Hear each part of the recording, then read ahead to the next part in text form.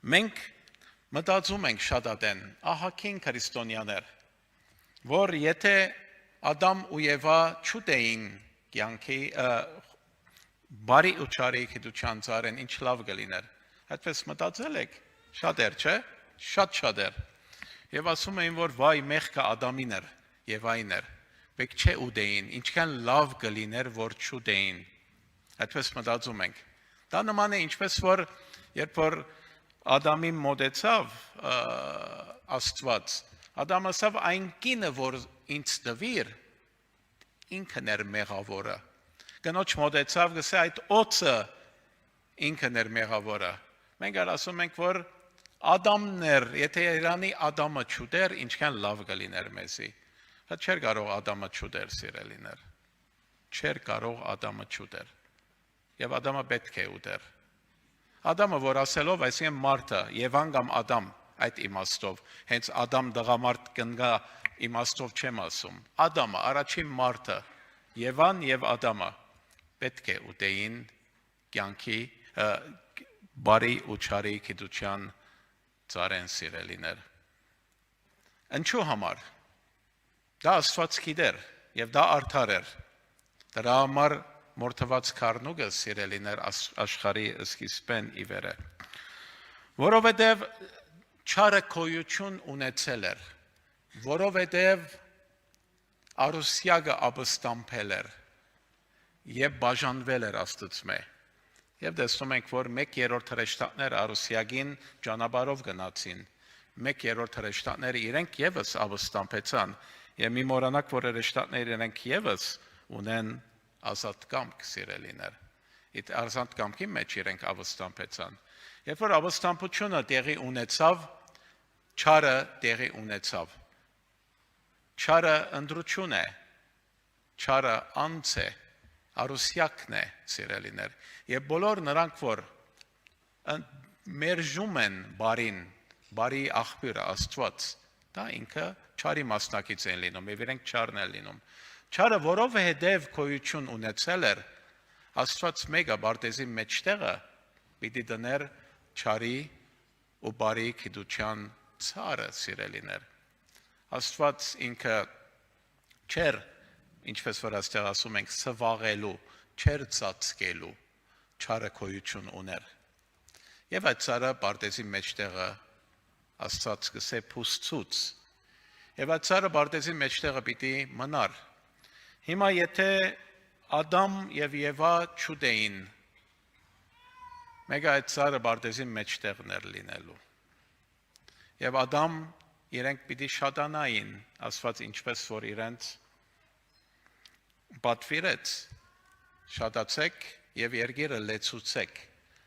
Ադամ պիտի շատանար, սիրելիներ, եւ իրանից սերունդներ պիտի ծնվեին։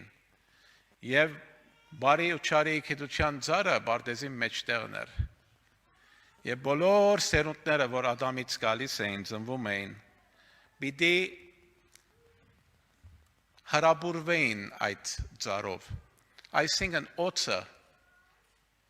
փանսարգուն հանգիստ չէր մնալու, միշտ ու միշտ բոլոր սերունդները, որ պիտի ծնվեին Ադամից, դրանց պիտի փորձեր հարաբուրեր։ Եվ մարդը Աստծո պատկերով է, նորից եմ հիշեցնում, հետևաբար մարդու ներսիցին աստվածանալու փախցանքը կա։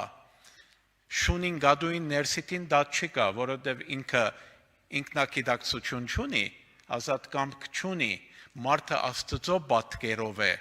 եւ մարդու ներսիտին աստվածանալու փախցանքը, փափակը միշտ պիտի լիներ։ Բայց նայեցեք ինչպես որ Հիսուս Աստծո որդին է։ Հիսուս իր ազատ կամքը ունի, բայց հորը ասեց քո կամքը թող լինի։ Դա ինչից փխում է, ագապե սիրուց։ Այսինքն Հիսուս ազատ կամք ունի, ընդրություն ուներ խաչը չբարձրանալու։ Բայց ագապե սերը իր բնույթը սիրո չէր կարող իրեն չարաչնորթել խաչը բարձրանալու։ Հետևաբար ինքը ասեց, որ հայր քո կամքը թող լինի։ Ոչ թե այս մարմինի մեջ եմ, տկար մարմինի մեջ եմ, Հիսուս ինձ եւ քեզ նման դգար մարմինի մեջ էր եւ դա ամբողջ արդարությունն է կատարում։ Այնպես չէ որ մարդը երբ որ կայնի Քրիստոսի ադյանին արչև ասեք մարդը որ դու ինչ ես հասկանում իմ դգար մարդկային բնությունիցս։ Հիսուս կսե որ ամեն փորձությունով փորձվեցավ, բայց չմեղանչեց։ Ինքը փորձ ունի բոլոր մարդկային փորձություններով, որովհետև երբ որ Հիսուս մարմնի մեջ էր, կարծում եք որ Սատանան եւ իր բոլոր հրեշտակները իրենք կենտրոնացած էին, իրենք հարցակում էին Քրիստոսի վրա, միգուցե Հիսուս մեկ անգամ սխալվեր, բայց կսե որ Հիսուս սաստիկ կոչումով, արցունքով եւ աղաչանքով աղոթ մատուցանեց իր մարմնի օրերը հորը, որ կարող էր իրեն մահվանե ազատել։ Ինչու համար, որովհետև դգար մարմնի մեջ, եթե մի անգամ ինքը ընկներ, եւ այլևս փրկությունը չէր կատարվելու սիրելիներ։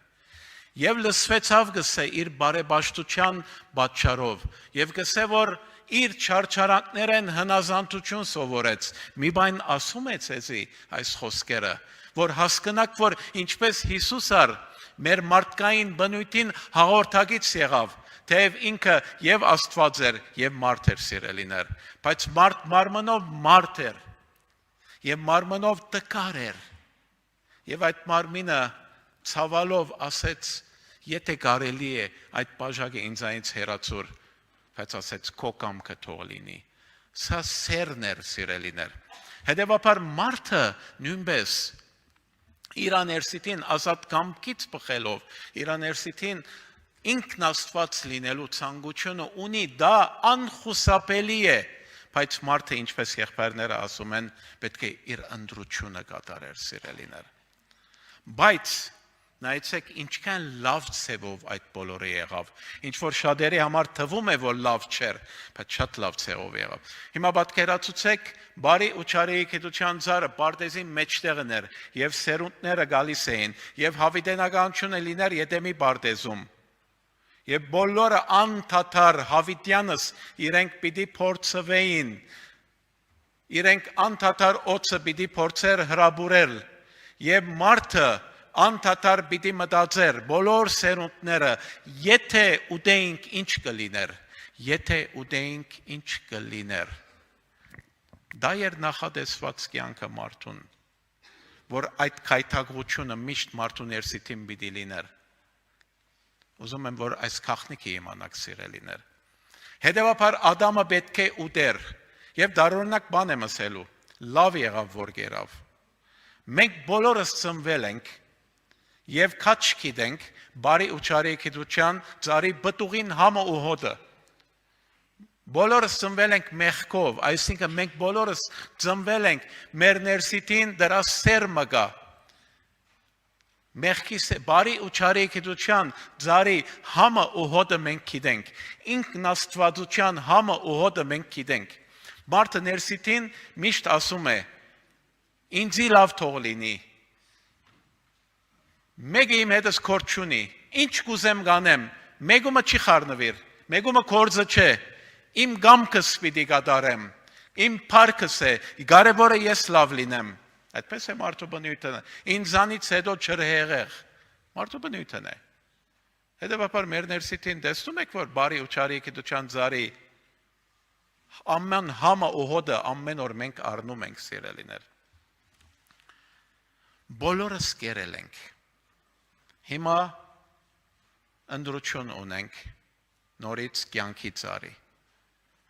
Երբ որ դու ընդրում ես կյանքի ծառը, դու ընդրում ես Քրիստոսին, հավիտյանս այլևս երբեք չես հրաբուրվելու բարի ու չարի գիտության ծառով, որտեղ դրա համը ու հոտը լավ գիտես, դրա դառնությունը գիտես եւ դու մերժում ես, որտեղ գիտես կերել ես եւ դու ընդրում ես Հիսուս Քրիստոսին։ Երբ որ ընդրես Հիսուս Քրիստոսին, հավիտյանս հավիտյանից այլևս այդ վտանգը չկա մտածելու կամ հրաբուրվելու կամ եւս մեմը մտածելու նորից ուտեմ բարի ու չարի գիտության ծառեն քո ընդրությունը կատարեցիր, դու մերժեցիր, դու զզվեցիր բարի ու չարի գիտության ծառից, դու կյանքի ծառն ես ընտրել։ ինչքան լավ է։ Դա լավ է սիրելիներ, ինչքան լավ է։ Սա էր միակ ճանապարհը, ուրիշ ճանապարհ չկար։ Դրա համար է, որ ասում է աշխարհի սկիզբեն ի վեր մորթված քառնուկը սիրելիներ։ Սկիզբեն նախապատրաստված էր, որպեսզի մորթվի, որովհետև եթե Աստված իր ընտանիքի անդամները պիտի լիներ մարդը Աստծո ընտանիքի անդամները, Աստված պիտի անցներ այս ճանապարհով